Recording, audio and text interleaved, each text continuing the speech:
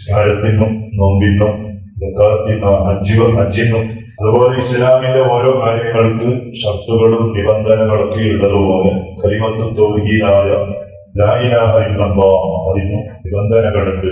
അതിനാണ് എന്നാണ് ഞാൻ പറഞ്ഞത് ഫഅലം അന്നഹു ഇൽമു വേണം, അറിവുണ്ടാകണം. രണ്ടാമത്തെ നിബന്ധന യഖീന വേണം, ഉറപ്പ് വേണം.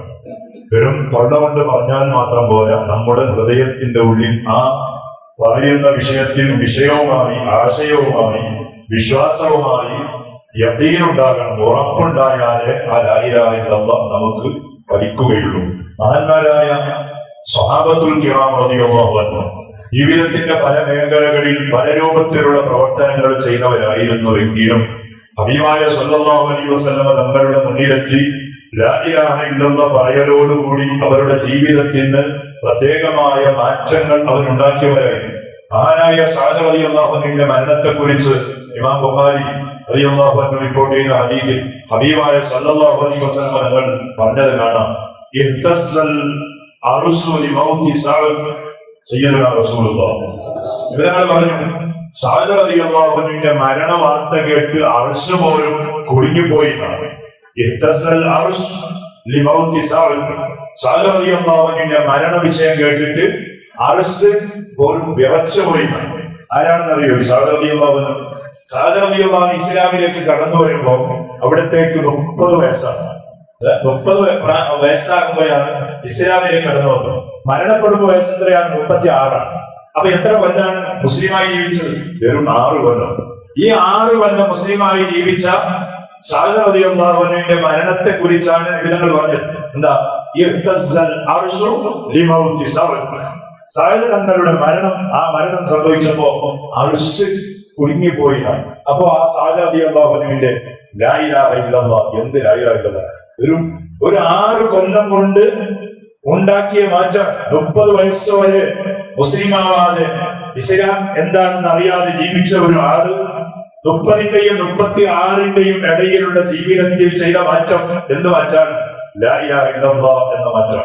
എത്ര കൊല്ലം എന്നാ പറഞ്ഞിട്ട് തള്ളുവണ്ടി പോലെ ഉമ്മാന്റെ പ്രസവത്തോടു കൂടി തന്നെ നമ്മൾ മുസ്ലിമാണ്. കൊല്ലത്രയായി എന്തെങ്കിലും ഒരു മാറ്റം വേണം. നമ്മളെ ലാ ഇലാഹ ഇല്ലല്ലാഹ് എന്ത് യഖീനാണുള്ളത്? മഗ്‌രിബിനുണ്ട ആ ലാ ഇലാഹ ഇല്ലല്ലാഹ് യഖീന് സുബഹിന്റെ ആ ജമാഅത്തിനില്ല. മഗ്‌രിബിനുണ്ടായ ലാ ഇലാഹ ഇല്ലല്ലാഹ് എന്ന ആ വാക്കിന്റെ ഒരു യഖീനുണ്ടല്ലോ, ഉറപ്പ്. സുബഹിയാകുമ്പോയില്ല, സുബഹിനാളെ ഉറപ്പ്. നല്ല ക്ലൈമറ്റ് ആകുമ്പോൾ ഉണ്ടാകുന്ന ലാ ഇലാഹ ഇല്ലല്ലാഹ് ശരിയൊരു മഴ വരുമ്പോൾ ആ ലാ ഇലാഹ ഇല്ലല്ലാഹ് ശരിയോട് വന്നതാണ്. നമ്മളെ ലാ ഇലാഹ ഇല്ലല്ലാഹ് യഖീനില്ലാത്ത ലാ ഇലാഹ ഇല്ലല്ലാഹ്. അവൻ ലാ ഇലാഹ ഇല്ലല്ലാഹ്ന്റെ കണ്ടീഷനാണ് യഖീൻ വേണം. മഹാന്മാർ സഅദ് റളിയല്ലാഹു അൻഹു മാത്രമല്ല, എത്രയോ സ്വഹാബത്തിന്റെ ചരിത്രം എടുത്തു നോക്കിയാലും ആ ചരിത്രങ്ങളിലൊക്കെയും നമുക്ക് കാണാൻ കഴിയുന്നത് അവരുടെ ലാ ഇലാഹ ഇല്ലല്ലാഹയുടെ യഖീനാണ്, ക്ലിയറിറ്റിയാണ്. അത്രയും ഉറച്ച ലാ ഇലാഹ ഇല്ലല്ലാഹയായിരുന്നു. ബീബി സൗദ റളിയല്ലാഹു അൻഹ ഇസ്ലാമിൽ ആദ്യമായി രക്തസാക്ഷിയായ ഒരു സഹോദരിയാണ്. ഇസ്ലാമിലേക്ക് വന്നതിന്റെ പേരിൽ ലാ ഇലാഹ ഇല്ലല്ലാഹ് എന്നത് ഏറ്റെടുത്തതിന്റെ പേരിൽ ആദ്യമായി ഇവിടെ രക്തസാക്ഷിത്വം വഹിക്കേണ്ടി വന്ന ഒരു സഹോദരിയാണ് ബീബി സൗദ റളിയല്ലാഹു അൻഹ. എന്തായിരുന്നു അവിടുത്തെ മരണം?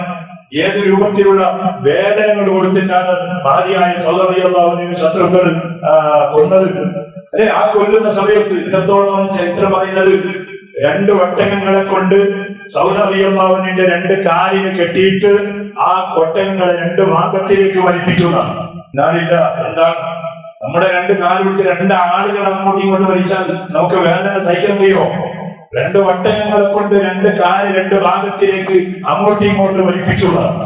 ആ സമയത്തൊക്കെയും ആ ആളുകൾ, ശത്രുക്കൾ സൗദ ബീവിയുടെ തലഭാഗത്ത് ചെയ്തിട്ട് ചോദിച്ച ഒരു വാക്കുണ്ട്: സൗദ, നീ നിന്റെ മുഹമ്മദിനോട് കാണിച്ച വിശ്വാസത്തിൽ നിന്ന് നീ ഒഴിവാകുന്നുണ്ടെങ്കിൽ ഇപ്പൊ നിന്നെ ഞങ്ങൾ ഒഴിവാക്കുക.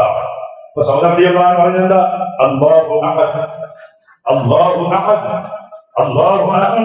ആ വാക്കല്ലാതെ അതിനൊരു മാറ്റം ഉണ്ടാക്കാൻ കഴിഞ്ഞില്ല. അവസാനം കണലുകൊണ്ട് ചൂടാക്കിയ ഒരു ഇരുമ്പിന്റെ കമ്പി കൊണ്ടുവന്ന് മഹതിയായ സൗദ റളിയല്ലാഹു അൻഹയുടെ ഗുഹ്യസ്ഥാനത്തിലൂടെ കടത്തിവിട്ടുവെന്നാണ്. ഗുഹ്യസ്ഥാനത്തിലൂടെ കടത്തിവിട്ടു. ഒരു ഭാഗത്തിൽ നിന്ന് പ്രവേശിപ്പിച്ച ഇരുമ്പ് മറ്റേ ഭാഗത്തിലൂടെ പുറപ്പെട്ടു എന്നാണ്. ആ സമയത്തും വേദന കൊണ്ട് സഹിക്കുന്ന സമയത്ത് ആ മഹതിയായ സൗദ റളിയല്ലാഹു അൻഹയുടെ മനസ്സിന്റെ ഉള്ളിലുള്ള ഏറ്റവും വലിയ സന്തോഷമായിരുന്നു ലാ ഇലാഹ ഇല്ലല്ലാഹ് എന്നതായിരുന്നു. എവിടെയുണ്ട് നമുക്ക് അങ്ങനെയുള്ള ഒരു യഖീൻ? അതാണ് വെറുതെയല്ല അഭിമായ സല്ലല്ലാഹു അലൈഹി വസല്ലം നമ്മൾ പറഞ്ഞത് ലാ ഇലാഹ ഇല്ലല്ലാഹ് മിഫ്താഹുൽ ജന്ന, ലാ ഇലാഹ ഇല്ലല്ലാഹ് സ്വർഗ്ഗത്തിന്റെ ചാവിയാണ് എന്ന് പറഞ്ഞത് വെറുതെയല്ല. ആ ലാ ഇലാഹ ഇല്ലല്ലാഹ് ആ രൂപത്തിലാകുമ്പോഴാണ് അതൊരു ചാവിയായി നമുക്ക് ഉപയോഗിക്കാൻ പറ്റുക. നമ്മുടെ ജീവിതത്തിൽ അത് നഷ്ടപ്പെട്ടു പോയി എന്നതാണ്.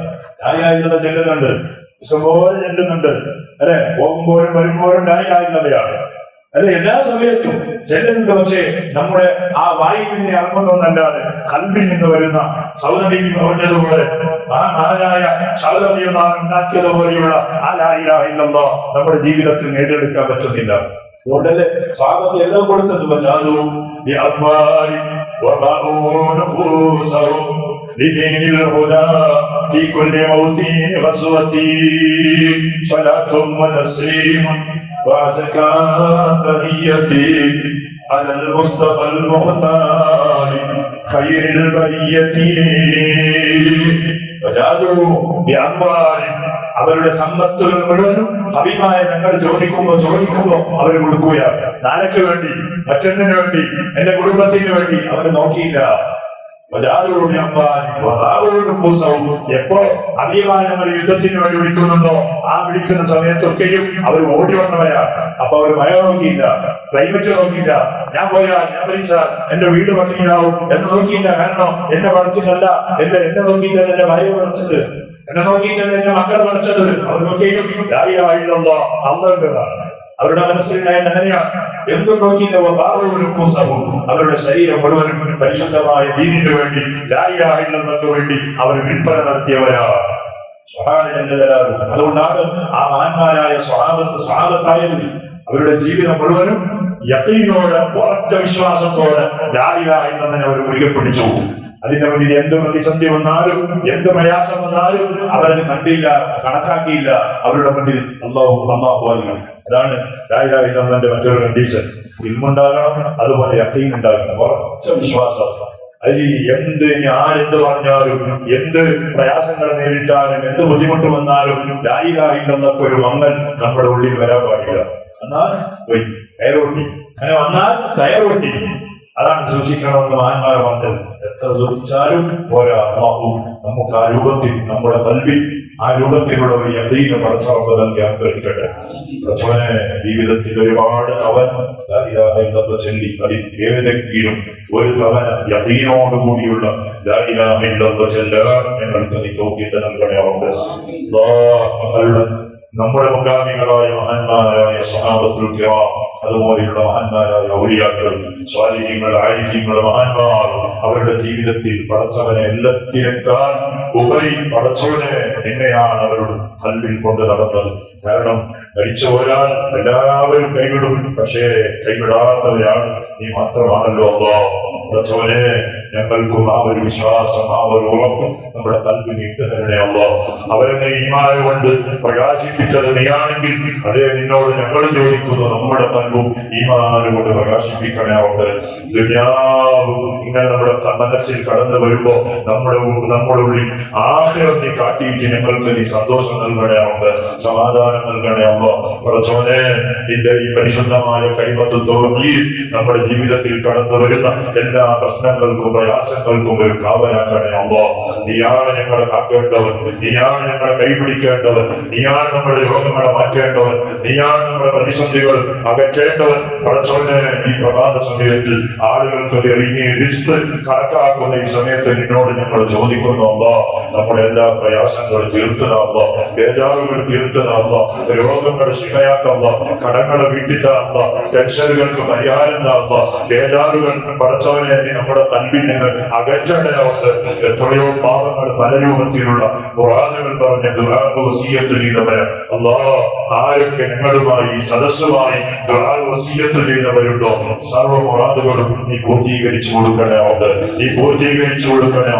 ഗൾഫിലും ദൂരമുള്ള രാജ്യങ്ങളിൽ സംസ്ഥാനങ്ങളിൽ പ്രവർത്തിക്കുന്ന ജോലി ചെയ്യുന്ന കഷ്ടപ്പെടുന്ന എത്രയോ ആളുകൾ പഠിച്ചവരെ ആഫിയത്തുള്ള ദീർഘായുസ് കൊണ്ട് അവരെ ഞാൻ അനുഗ്രഹിക്കണേ അല്ലാഹ്. അവർ ചെയ്യുന്ന ജോലി, അവരുടെ കച്ചവടം, അവരുടെ വാഹനങ്ങൾ, പ്രവർത്തനങ്ങൾ എല്ലാത്തിലും നിന്റെ പ്രത്യേകമായ കാവൽ നൽകണേ അല്ലാഹ്. നാട്ടിൽ പല രൂപത്തിലുള്ള ജോലി ചെയ്യുന്ന ആളുകളുണ്ട്, ബിസിനസ് ചെയ്യുന്ന ആളുകളുണ്ട്, വാഹനങ്ങളുള്ളവരുണ്ട്, കടലിൽ പോയി അധ്വാനിക്കുന്ന ആളുകളുടെ പടച്ചോനെ എല്ലാവർക്കും ഹൈറായ ബർക്കത്തുകൾ, സന്തോഷങ്ങൾ നീ നൽകണമുണ്ട്. ഓരോരുത്തരും കഷ്ടപ്പെടുന്നതും നാട് വിട്ടു പോകുന്നതും കടലിൽ കയറുന്നതും എല്ലാ കുടുംബങ്ങളെ പോറ്റാനാണ് അല്ലാഹ്. പടച്ചോനെ അവരുടെ വഴികൾ നീ സന്തോഷകരമാക്കി കൊടുക്കണേ അല്ലാഹ്. നീ സന്തോഷകരമാക്കി കൊടുക്കണേ അല്ലാഹ്. ആരെയും നീ വേദാനിലാക്കല്ലേ ഉണ്ട്. മരിച്ചുപോയ നമ്മുടെ കുടുംബങ്ങളുടെ കബർ മുഴുവൻ നീ സ്വർഗമാക്കല്ലോ, അവർക്ക് നീ കൊടുത്തു കൊടുക്കല്ലോ. നമുക്ക് പടച്ചവനെ പഠിപ്പിച്ചു തന്നത് നമ്മുടെ മുൻഗാമികളായ മരിച്ചുപോയ നമ്മുടെ ഉപ്പമാരും ഉമ്മമാരും കുടുംബങ്ങളും സ്ഥാനന്മാരുമാണ്. അവരിന്റെ കബറിൽ കിടക്കുമ്പോ കബറിൽ അവർക്ക് വെളിച്ചം കിട്ടാൻ, അവരുടെ കബർ വിശാലമായി കിട്ടാൻ ഇവർ കാരണമാക്കണേ അല്ലാഹ്. മുഹമ്മദ്